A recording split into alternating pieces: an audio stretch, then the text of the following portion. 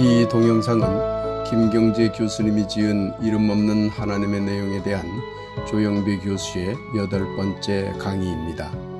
강의 주제는 이슬람교의 믿음 5 기둥입니다. 강의를 들으면서 행복한 한 주 보내시길 기원합니다.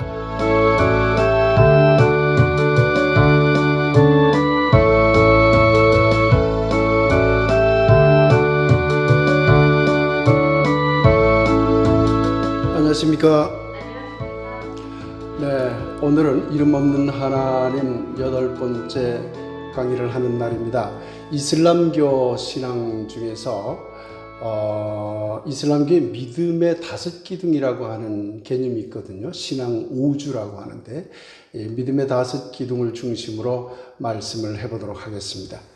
이슬람교하고 유대교, 기독교는 매우 비슷한 공통점을 갖고 있음에도 불구하고 또한 사뭇 다른 차이점도 있습니다. 저자인 김경재 교수님은 이슬람교의 믿음의 5 기둥에 대한 설명을 하기 이전에 기독교와 또 유대교와 이슬람교는 어떤 공통점과 어떤 차이점이 있는지에 대해서 설명하고 있습니다. 이 점을 먼저 우리 교우 여러분들에게 말씀드리고 나서 믿음의 5 기둥에 대한 이야기로 들어가 보도록 하겠습니다. 우선 이슬람교나 유대교 또 기독교의 유일신 신앙의 공통점은 크게 한 3가지로 요약할 수 있습니다. 하나는 이 3 종교 모두 글자 그대로 철저하게 절대적인 유일신 신앙을 유지한다고 하는 점입니다. 유대교도 그렇고 기독교도 그렇고 이슬람교도 그렇고 아브라함 전통을 이어받아서 절대 유일신 신앙을 고수한다는 점이 공통점이죠. 물론 사소한 차이점들은 있습니다. 어떤 면에서는 이슬람교가 보다 더 강력하게 철저한 절대 유일신 신앙을 가진다는 점이 특징이긴 하지만 넓게 보면 거의 같은 그런 종교라고 할 수 있는 것이죠. 여기서 유대교하고 다소의 차이점이 한 가지 있어서 먼저 말씀드리고 갈게요. 이슬람교하고 유대교의 차이점이 뭐냐면 유대교는 야훼 하나님 유일신 신앙 전통을 갖고 있음에도 불구하고 그것을 보편적인 모든 인류가 가지고 있는 유일신 신앙 전통으로 확대하지 못했어요. 그래서 자기들 민족만 선민이라고 하는 선민사상에 도리어 갇힘으로써 사실상 절대 유일신 신앙이 민족신 신앙으로 전락하고 말죠. 그런데 이슬람교는 처음부터 아랍 민족 안에 갇혀있는 알라 하나님이라든가 우리 민족만의 하나님이라는 개념을 버렸어요. 그래서 모든 인류 앞에 드러나는 절대 유일신 신앙을 처음부터 유지하기 위해서 애썼던 것이죠. 만일에 아랍 민족이 자신들에게 계시된 알라 하나님의 신앙을 아랍 민족의 신앙으로 좀 더 좁게 해석을 했다면 유대교의 선민 사상 신앙과 거의 동일한 민족신 개념으로 전락하고 말았을 것입니다. 그러나 오늘날 이슬람교가 세계의 보편적인 종교로 자리 잡을 수 있었던 배경에는 유대교와 달리 선민 사상이 없는 것이죠. 모든 인류는 동일하다. 알라 앞에서 동일하다는 관점에서 접근했다는 점은 참 바람직한 일이라고 생각이 됩니다. 두 번째로 이슬람과 유대교 또는 기독교 유일신 신앙의 공통점은 유대교에서 계시된 모세에게 계시된 야훼 하나님이나 예수님을 통해서 계시된 아바 하나님, 아버지 하나님이나 그리고 무함마드에게 계시된 알라 하나님이나 간에 그 신의 속성을 거의 비슷하게 여겼습니다. 그것은 뭐냐면 전지전능하신 분이다. 그분은 온전하신 분이다.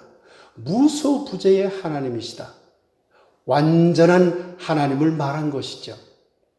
그러면서도 자비와 사랑의 하나님이시며 또한 정의와 심판의 하나님이시라는 이러한 공통적인 신의 속성을 가지고 있습니다. 물론 여기서도 기독교는 다소 자비와 사랑을 강조하는 반면 이슬람교는 정의와 심판을 강조한다는 그 뉘앙스의 차이는 있습니다만은, 그러나 전반적인 면에서 보면 신의 속성을 이해함에 있어서도 이 세 가지 종교는 공통적이었다, 이렇게 보시면 될 겁니다. 세 번째로 최후 심판 사상과 죽은 자의 부활 신앙이 있습니다. 특히 기독교와 이슬람교에는 이 두 가지가 강조되어 있습니다. 유일신 알라 하나님은 자비와 은총의 하나님이면서도 죽음 이후에, 죽은 다음에 부활했을 때 그 부활한 자들에게 어떤 심판을 내릴 것이냐 하는 최후 심판자로서의 그러한 신의 속성을 좀 더 강하게 드러내죠. 그러나 그런 차이점은 있어도 기독교의 부활신앙과 이슬람에도 부활신앙이 동일하게 있다는 점을 우리가 알아야 될 것 같습니다. 이러한 공통점을 갖고 있음에도 불구하고 이슬람과 기독교는 몇 가지 점에서 매우 중요한 차이점을 드러냅니다. 우선 이슬람은 기독교의 삼위일체론을 부정합니다. 이슬람교에서는 모세도 훌륭한 예언자로 봅니다. 예수도 매우 훌륭한 예언자로 봅니다. 조로아스터도 훌륭한 예언자로 보고, 물론 자신들에게 계시했다고 믿는 알라 하나님의 계시를 받은 무하마드도 훌륭한 예언자로 보지요. 그러나 예수라는 그 예언자를 하나님과 동격으로 보지는 않습니다. 이 점이 이슬람과 기독교의 결정적인 차이라고 보시면 됩니다. 기독교에서는 어떤 면에서는 예수라는, 역사적 예수라는 한 인물을 캐리그마화해서 신적 존재로 만드는 오류를 범했습니다. 제가 볼 때는. 네. 그런데 이슬람은 처음부터 그런 오류를 막아버렸죠. 그래서 무하마드는 알라의 사도일 뿐이다, 예언자일 뿐이다라고 해서 그 성격을 규정해버린 것도 이런 측면입니다. 그래서 예수라는 한 훌륭한 예언자에 대한 신격화를 거부하죠. 당연히 거부하게 되면 삼위일체론은 부정이 되죠.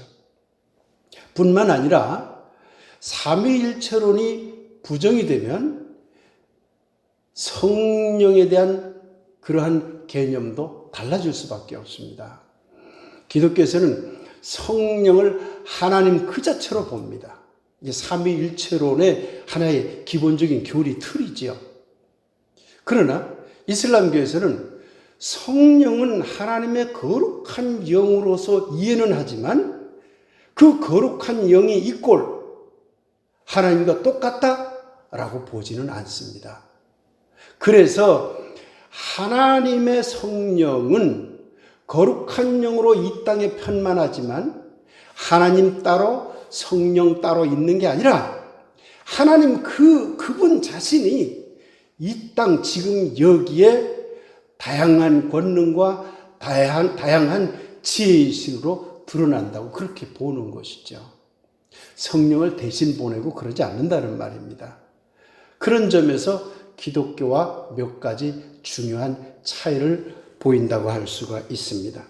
제가 김경재 교수님의 이름 없는 하나님이라는 이 책에 바로 이 부분을 이렇게 강의 준비를 하다 보니까 재미있는 내용이 있어서 한 가지 소개해 드리겠습니다. 브레데릭 레만이라는 그런 목회자가 있었는데 그분이 기독교 신자들에게는 잘 알려진 찬송가입니다만은 304장 그 크신 하나님의 사랑이라는 노래를 작사했습니다. 그 크신 하나님의 사랑 하는 멜로디를 아마 기독교 신자들은 아마 누구나 다 한 번쯤 들어보았을 겁니다. 1절과 2절을 이미 작사를 했어요. 어느 날 밖으로 다시 선교 나가기 위해서 준비하고 있었죠. 근데 부인이 도시락을 쌌습니다. 그 도시락 속에 어떤 종교시의 구절을 적어서 남편에게 주었죠. 그 사실을 몰랐던 남편은 밖에 나가서 도시락을 먹으려고 보니까 부인이 써준 그런 쪽지에 어떤 종교적인 내용이 들어있었죠. 이것을 보고 3절을 지었습니다. 3절 내용을 한번 소개해 드리겠습니다. 하늘을 두루마리 삼고 바다를 먹물 삼아도 한없는 하나님의 사랑 다 기록할 수 없겠네. 하나님의 크신 사랑 그 어찌다 쓸까? 저 하늘 높이 쌓아도 채우지 못하리. 이 내용을 가만히 들여다보면요, 하나님의 사랑이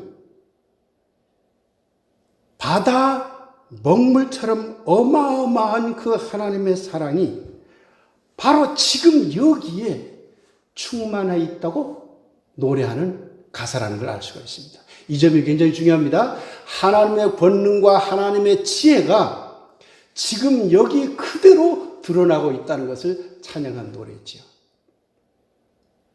성령을 통해서 대신 보여줬다. 예수 그리스도를 통해서 대신 보여줬다가 아니라 하나님 그 자신의 그 놀라운 사랑이 여기 지금 편만해 있다는 노래예요. 꾸란 31장 27절 이야기를 제가 읽어드리겠습니다. 지상에 있는 모든 수목이 펜이 되고 7개의 바다를 더하여 물로 가득 찬 바다가 잉크가 된다 하더라도 하나님 말씀을 모두 기록할 수 없나니 실로 하나님은 권능과 지혜로 충만하시니라. 학자들은 그 부인이 보여준 종교시가 꾸란 31장 27절이었을 것으로 보고 있습니다. 왜? 너무나 같거든요. 하나님의 지혜와 권능이 다른 어떤 거룩한 영으로 대신해서 나타난다든지 예수를 통해서 대신 나타난다든지가 아니라 하나님의 거룩한 권능과 지혜가 바로 지금 여기에 충만해 있음을 노래하고 있는 그런 것들입니다. 이처럼 이슬람교는 성령을 대신한다라는 개념보다는 하나님의 직접성을 강조하는 종교다. 이 점에서 기독교와 차이가 있다는 점을 알 수가 있습니다. 아까 예수님을 하나님과 동격, 하나님과 같은 분으로 고백하지 않는다고 그랬잖아요. 이슬람은. 이슬람교는 예수를 매우 훌륭한 예언자로 존중하면서도 신이라고 고백하지는 않습니다. 이렇게 되게 되면 매우 중요한 한 가지 점에서 또한 기독교와 이슬람이 차이가 생깁니다. 그것이 무엇일까요? 이슬람교도 최후 심판을 믿고 부활 신앙을 믿습니다. 기독교도 최후 심판을 믿고 부활 신앙을 믿습니다. 그런데 이슬람교는 인간과 하나님 사이에 아무도 없어요. 직접적이죠. 그렇기 때문에 내가 구원을 받는다고 하는 이슬람의 입장에서 보면 내가 구원을 받는다고 하는 것은 하나님의 자비에 의존할 수밖에 없어요. 다른 누가 대신해 줄 수가 없어요. 그런데 기독교에서는 다르죠. 하나님과 인간 사이에 대속의 그리스도라는 분이 있다고 보는 것이죠. 이 점에서 이 두 종교는 매우 중요하게 서로 큰 차이점을 드러냅니다. 이 점을 다시 한 번 더 우리 교우 여러분들에게 좀 자세히 설명해 드리면요.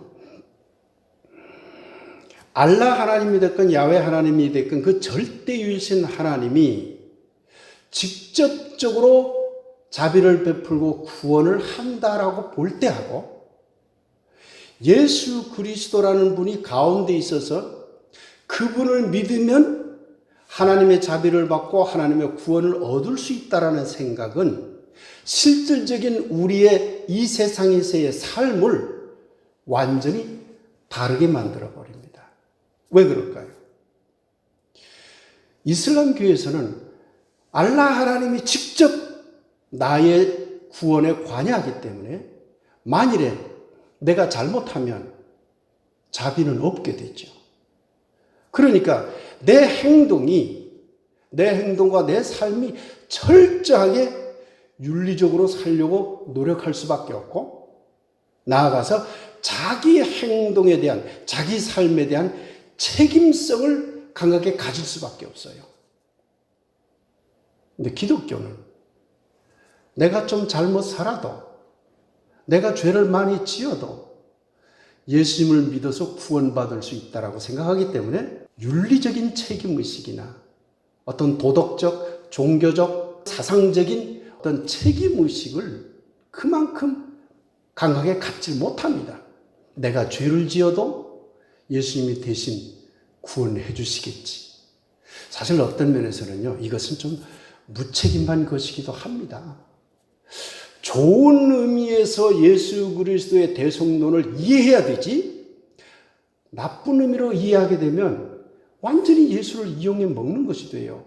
한국 교회들이 왜 이렇게 타락했나요? 예수를 팔아먹고 있는 거잖아요. 대속의 그리스도를 팔아먹고 있어요. 그러고는 실컷 죄들을 짓고 있죠. 돈에 대한 탐욕, 명예에 대한 탐욕, 정치에 대한 탐욕, 온갖 거짓말 다 하면서 살아가요. 그러면서 뻔뻔스럽게 자기네들을 구원받는다고 그러죠. 왜 그럴까요? 대속의 그리스도가 있으니까, 예수를 믿었으니까 예수가 알아서 다 구원해 준다. 얼마나 무책임한 그런 신앙입니까? 이슬람은 처음부터 이것을 잘라버렸죠. 그 삶에 대한 책임은 바로 너 자신에게 있다라고 하고 있는 것이죠. 이런 점에서 인간이 완벽할 수 없다는 점에서 보면 대속 그리스도론이라고 하는 것이 필요할 수도 있다고 보아져요. 겸손한 입장에서 보면 우리가 어떻게 완전할 수 있을까? 완전할 수 없다. 완전하신 어떤 분의 도움이 필요하다는 것을 절실히 느껴요.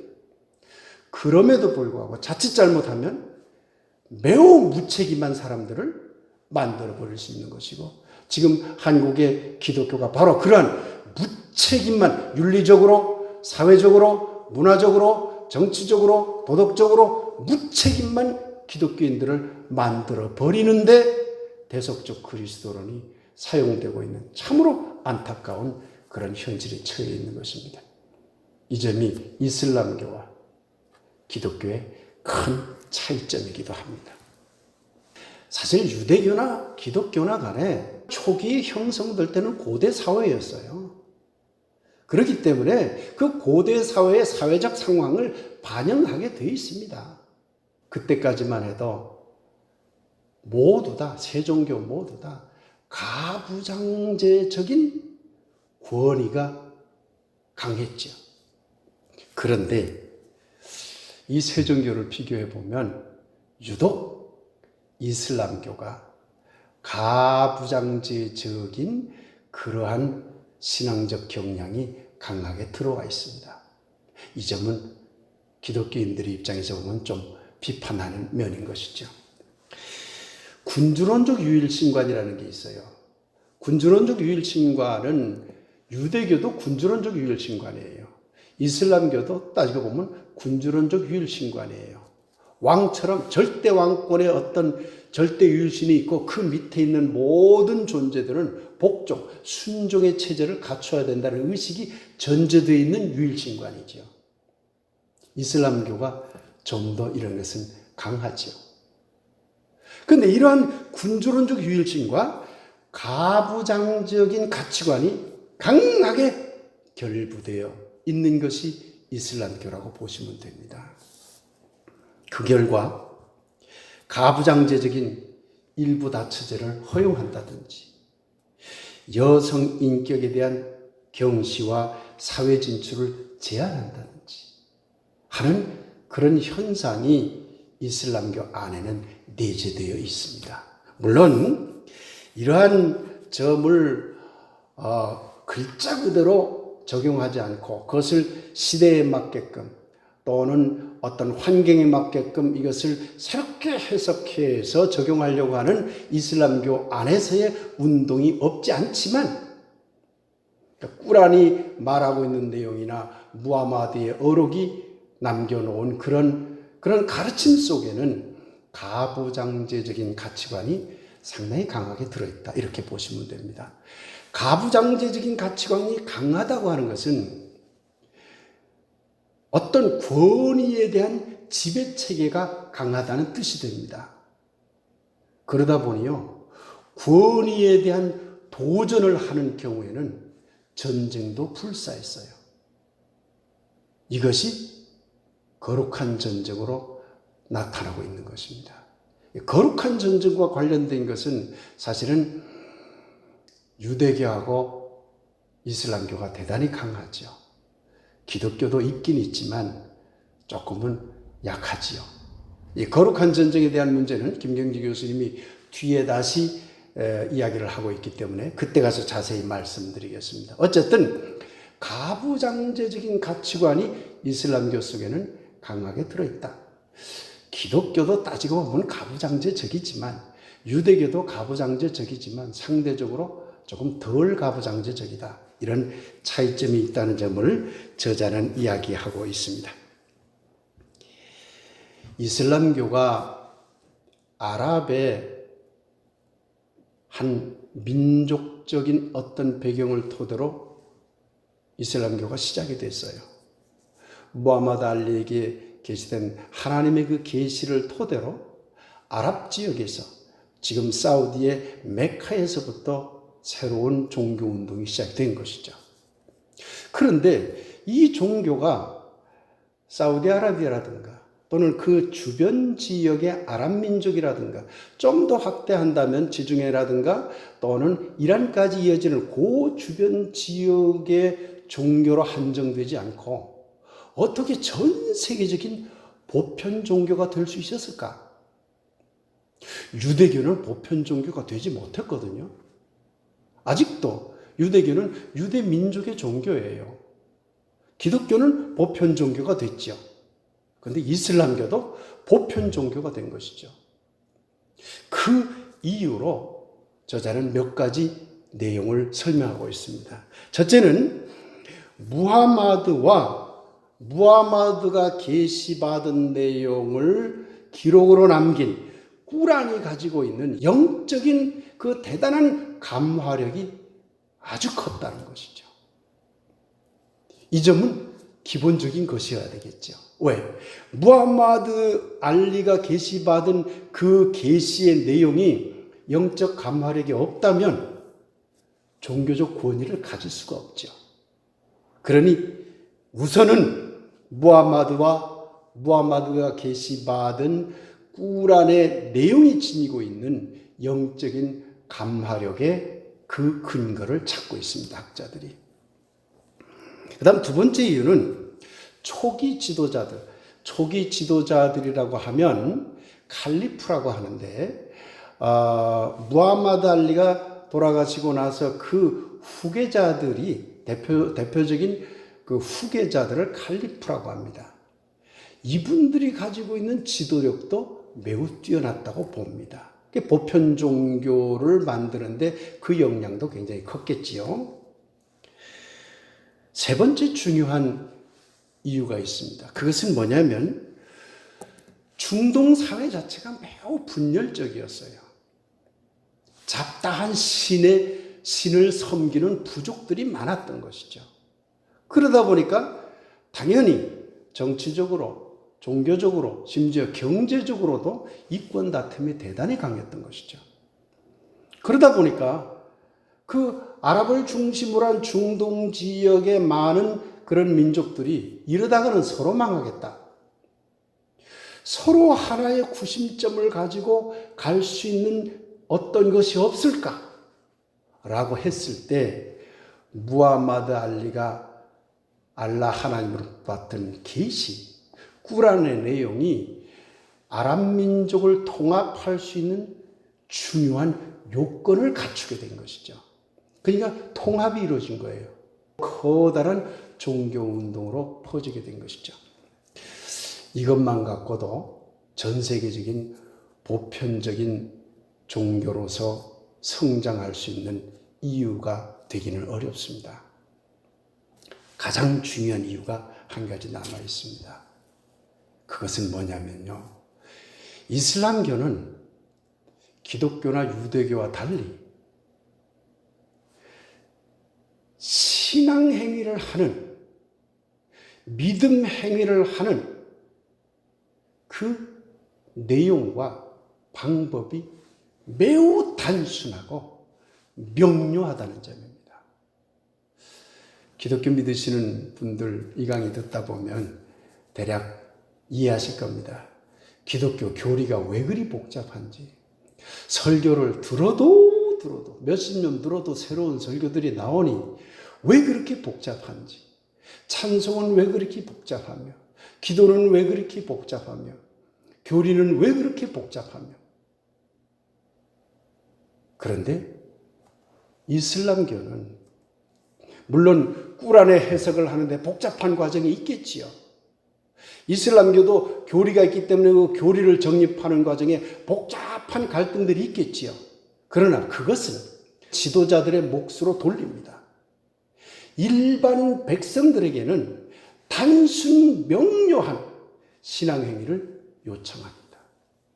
그것이 믿음의 5기둥이라고 하는 것입니다. 이 5기둥만 하면 다른 것은 몰라도 된다. 그것만 지켜라. 이렇게 명쾌하게 5기둥을 만들어 놓으니까 이슬람교 전파가 너무 쉬워진 거예요. 복잡하게 수없이 많은 것을 암기할 필요도 없고 5가지라고 하는 이것만 딱 지키면 되니까, 그러면 하나님으로부터 자비를 얻고 구원을 받을 수 있다고 하기 때문에, 축복을 받을 수 있다고 하기 때문에 그 5가지의 명료성에 많은 종교인들이 매료된 것이죠. 그래서 세계적으로 널리 퍼지게 되었다고 학자들은 분석하고 있습니다. 이렇게 놓고 보면 학력의 차이도 필요 없어요. 왜? 별로 배우지 못한 사람도 5가지는 할 수 있거든. 아무리 많이 배운 사람도 그 5가지 하는 거 쉽거든. 경제적인 차이도 큰 의미가 없어요.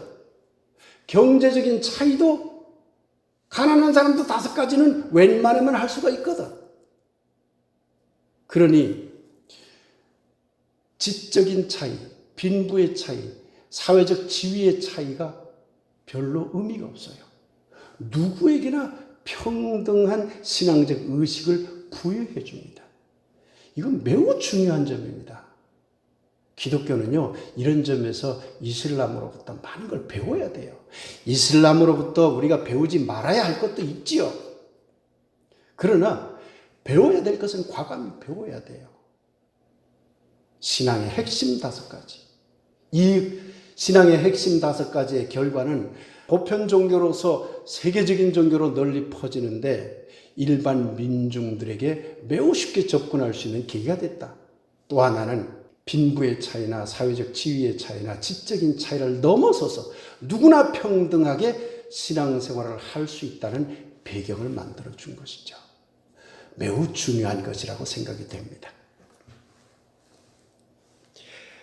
믿음의 5가지 기둥, 신앙의 5주라고 합니다. 5 주자는 기둥 주자를 써서요. 그 첫 번째는 샤하다입니다. 이슬람교에 매우 중요한, 가장 중요한 신앙 고백이 있다고 그랬죠. 그것도 단순하고 명쾌해요. 복잡하게 무엇을 암기할 필요도 없어요. 그저 한 줄이에요. 신은, 알라는 오직 한 분이며 무함마드는 알라의 사도이다. 끝. 이것만 암기하라는 거예요. 그걸 마음속으로 진정하게 받아들이라는 거예요. 물론 사이비 무슬림도 있겠죠. 말로만 고백하는 무슬림들. 그건 사이비 무슬림이죠. 그러나 진정 마음속으로 알라 하나님은, 절대 유일신 하나님은 오직 한 분이며 그분만이 한 분이며, 알라 하나님이 선택해서 계시를 준 무함마드라 할지라도 그는 신이 아니라 인간이다. 이 이야기를 마음 깊이 간직하라는 말이에요. 단순 명쾌하잖아요. 2번째로 기도가 있습니다. 아마 기독교 신자뿐만 아니라 일반 모든 분들이, 이슬람 교도들이 기도를 열심히 한다는 것을 알 겁니다. 뭐 말로서 중얼중얼 하는 게 아니라 이렇게 딱 섰다가 허리 굽혔다가 꿀러 앉아서 기도하는 모습 보았을 거예요. 그 기도도 복잡하지 않고 어떤 뜻을 딱 정해서 이렇게만 하십시오 하고 단순 명쾌하게 정리해냈습니다. 그 이야기를 이제부터 소개해 드리겠습니다. 기도란 사하다. 신은 오직 한 분이시며 무함하드는 신의 사도이다라는 이 고백을 구체적인 몸과 마음으로 드러내는 행위를 말합니다. 하나님 무엇을 우리에게 주십시오. 우리에게 축복을 주십시오. 우리에게 건강을 주십시오. 우리 아들, 딸 어디 가서 합격하게 해주십시오. 이게 기도가 아니라는 거예요. 기독교 신자들 이거 반성 많이 해야 됩니다. 기독교 신자들은 무엇을 달라고 하는 걸 기도라고 생각하잖아요. 그런데 이들의 기도는 사다를 온 몸과 마음으로 고백하는 행위로 봅니다. 알라 하나님만이 오직 유일하며 무함마드는 알라의 사도입니다. 그것을 몸으로 고백하는 행위예요. 그것을 전제로 하는 겁니다. 그러니 무엇을 주십시오, 무엇을 어떻게 하십시오 하는 그러한 고백이 없어요. 이슬람교의 기도 속에는. 기도는 하루에 5번 정해진 시간에 하도록 의무화가 되어 있다고 합니다. 참 이게 대단히 어려운 일을 지금도 이슬람교는 하고 있어요. 한 번 하는 것도 대단히 어렵습니다. 기독교 신자들 한번 가만히 생각해 보십시오. 하루에 한 번 정해진 시간에 매일매일 평생 기도하십시오. 그러면 몇 명이나 할까요? 근데 이슬람 교도들은 하루에 5번 기도를 하죠. 그 얘기는 무슨 얘기인 줄 아십니까?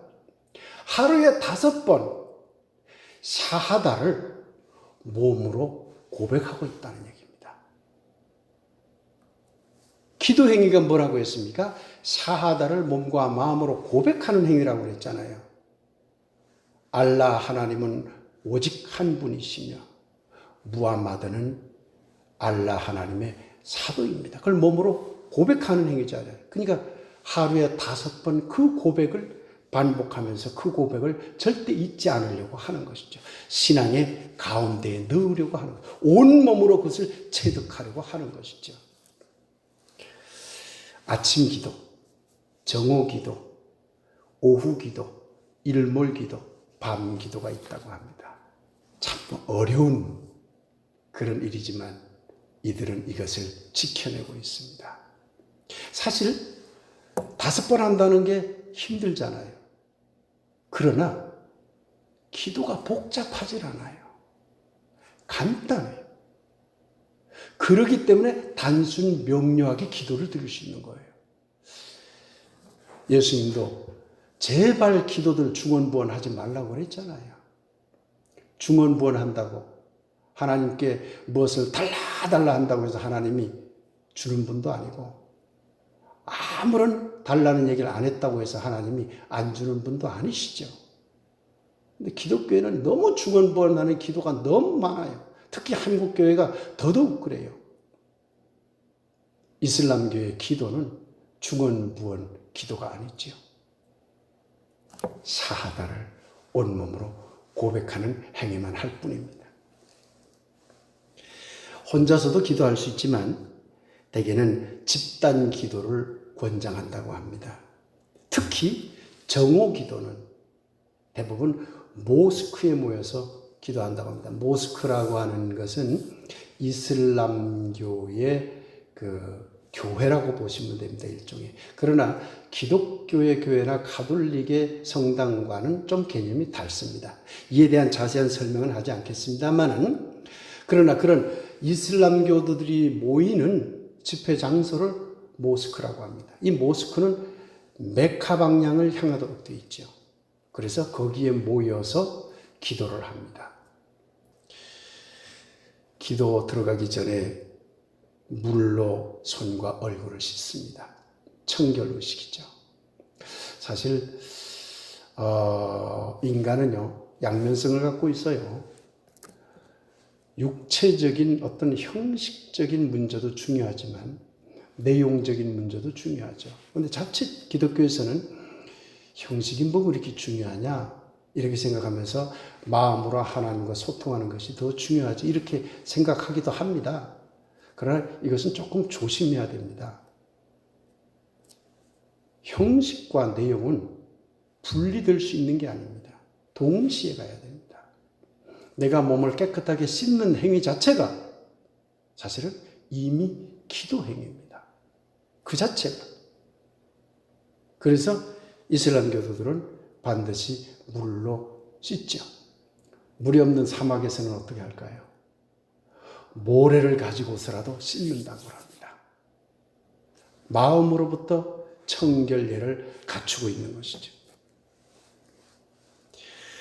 저도 이슬람 교도들의 기도 행위의 구체적인 내용은 자세히 모릅니다. 그러나 저자가 써 있는 내용을 여러분들에게 소개해 드리면 기도는 3단계로 이루어진다고 합니다. 처음에는 바로 서기. 이렇게 바로 서는 것이죠. 이것은 메카를 향하여 알라만을 생각하면서 알라 하나님이 오직 한 분이다라고 하는 그 생각만을 하면서 모든 잡생각을 털어버리는 단계라고 합니다. 그리고 두 번째는 허리 굽히기가 있습니다. 알라의 절대 권능과 존엄성 앞에서 순종하고 헌신하겠다는 의지 표현이라고 그럽니다. 세 번째는 엎드려서 절을 하지요. 알라의 절대성 앞에서 인간은 한갓 흙 한 줌에 불과하다는 자의식의 발견과 그 자의식의 고백을 하는 행위라고 합니다. 이러한 기도 행위에 대해서 기독교 신자들이나 21세기의 현대인들은 그 지나치게 인간을 비하하는 군주론적인 그런 신앙 아니냐, 절대 왕권에다가 그냥 고개 숙이고 절하는 그런 게 아니냐 이렇게 생각할 수도 있죠. 그런 오해도 얼마든지 가능할 겁니다. 그러나 무슬림 자세는 그런 생각을 아예 안 한다고 합니다. 그러니까 바로 서고 허리 굽히고 절하는 행위가 절대 왕권이 무서워서 복종한다는 개념으로 하는 행위가 아니라 사다를 고백하는 행위로 생각하는 것이죠.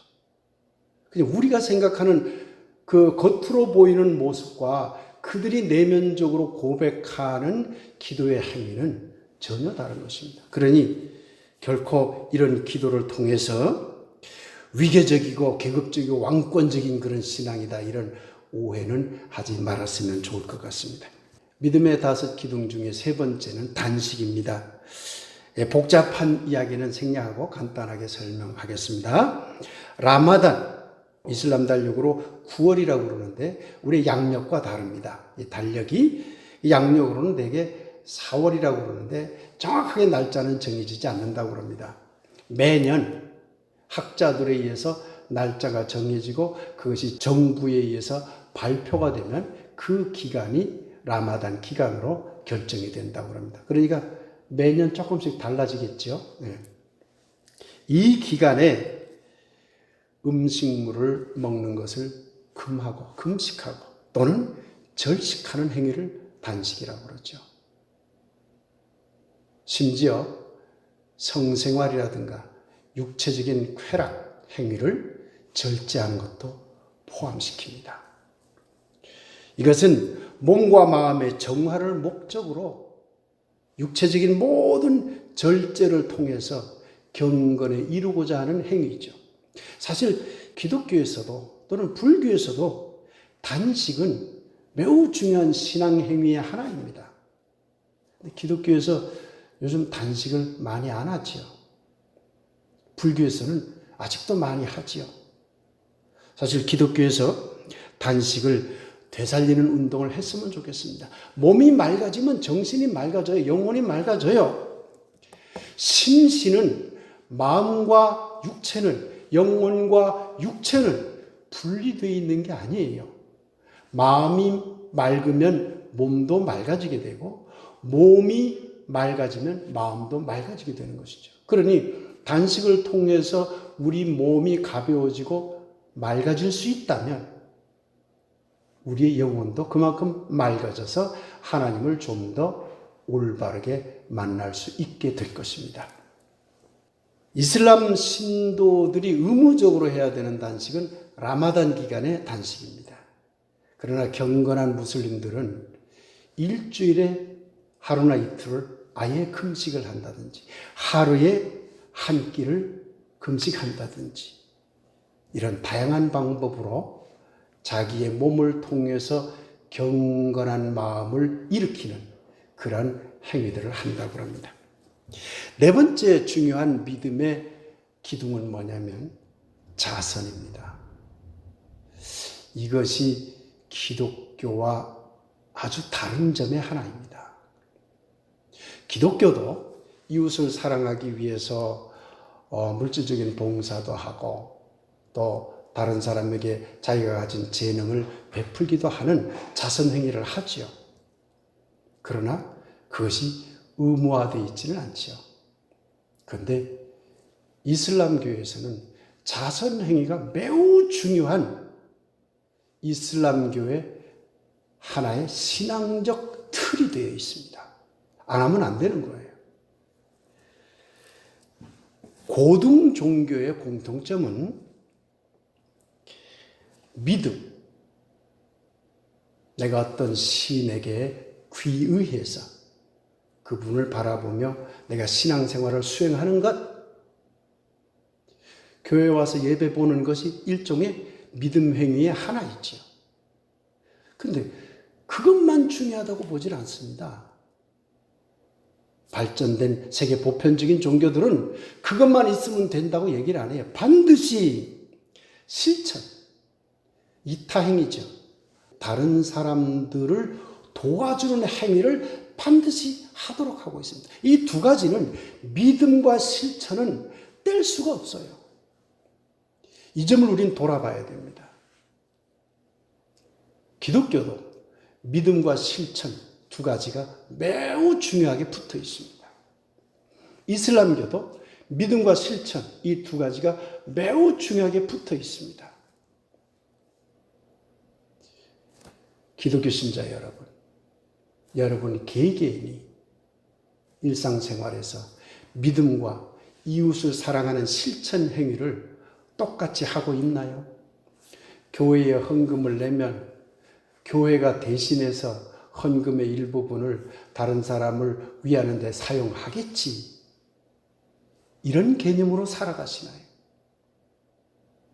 이슬람교는 각 개인에게 자선이라고 하는 실천 행위를 의무적으로 부여하고 있습니다.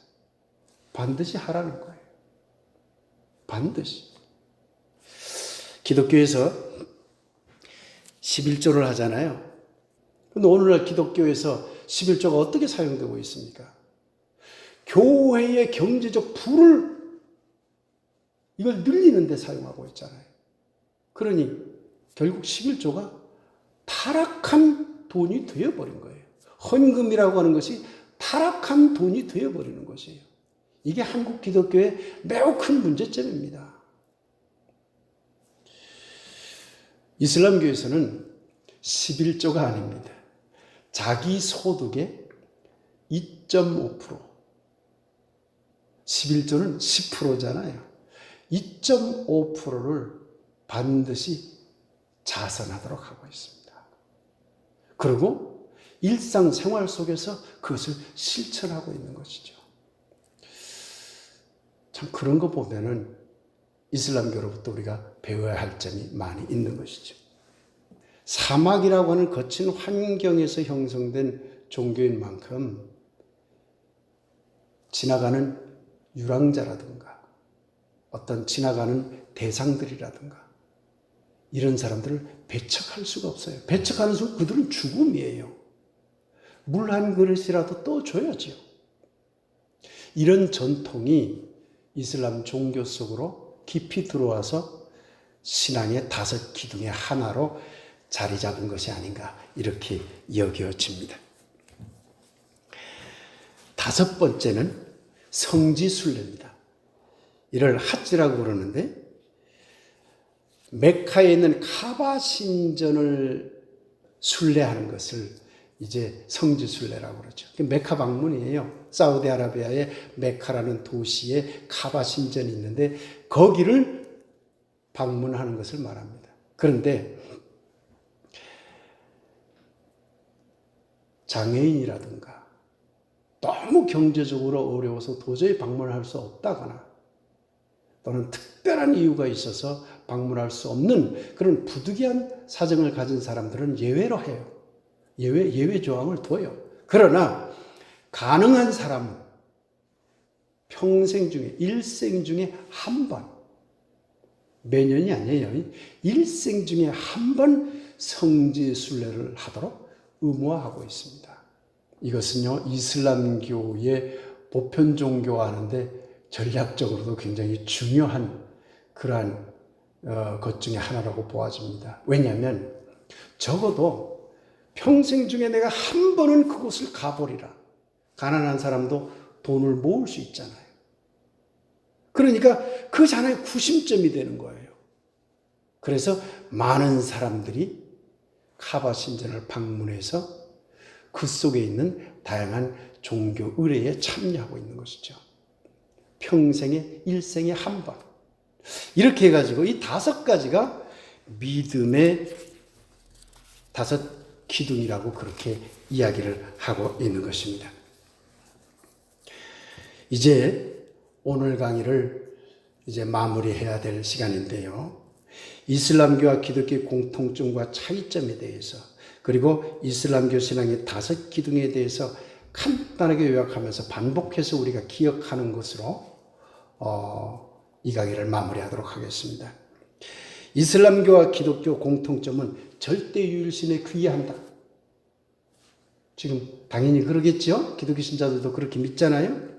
또 절대유일신의 속성으로 창조주 하나님, 전능자 하나님, 무소부재자 하나님, 자비로운 하나님, 심판자 하나님, 초월적이며 내재적인 분, 공통의 속성으로 믿는다. 이것도 공통점이에요. 최후 심판과 부활 신앙이 있다는 것도 공통점입니다. 최후 심판을 어떻게 하느냐, 부활 신앙을 어떻게 바라보느냐 하는 차이점은 있더라도 그런 관점으로 신앙을 들여다보고 있다는 점은 공통점이라는 것이죠.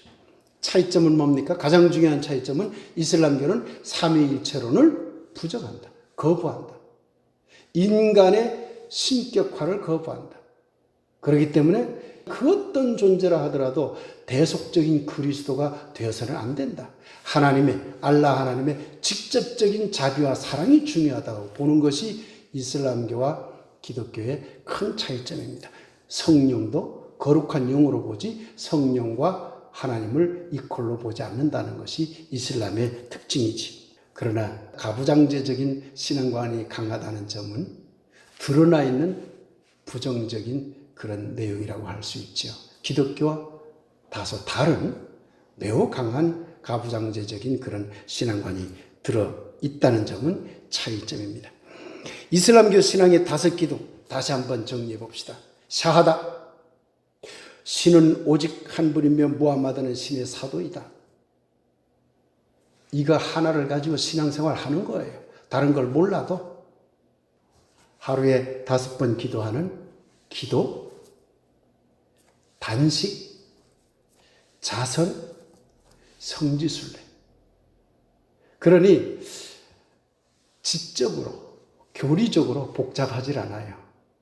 경제적으로 다소 어려워서 성지순례 하기가 어려울 수는 있겠죠. 그러나 하려고만 하면 그 단순 명쾌한 것을 일생에 한 번 하겠다는 마음가짐을 가질 수가 있는 것이죠. 그래서 이 5가지는 복잡한 게 아니고 단순하고 명료성을 특징으로 한다. 이렇게 이해해 주시면 될 것 같습니다. 다음 시간에는 이슬람 신비주의 수피즘이라고 하는 그러한 신비주의 계열의 신앙이 있는데 이 수피즘이 가지고 있는 유일신 신앙을 중심으로 강의를 하도록 하겠습니다. 그리고 김경재 교수님이 이름 없는 하나님이라는 이 책을 통해서 지하드, 거룩한 성전, 성전의 의미를 다시 한번 정리하고 있습니다. 이 점에 대해서도 여러분과 함께 공부해 보도록 하겠습니다. 오늘 강의를 모두 마치겠습니다. 감사합니다.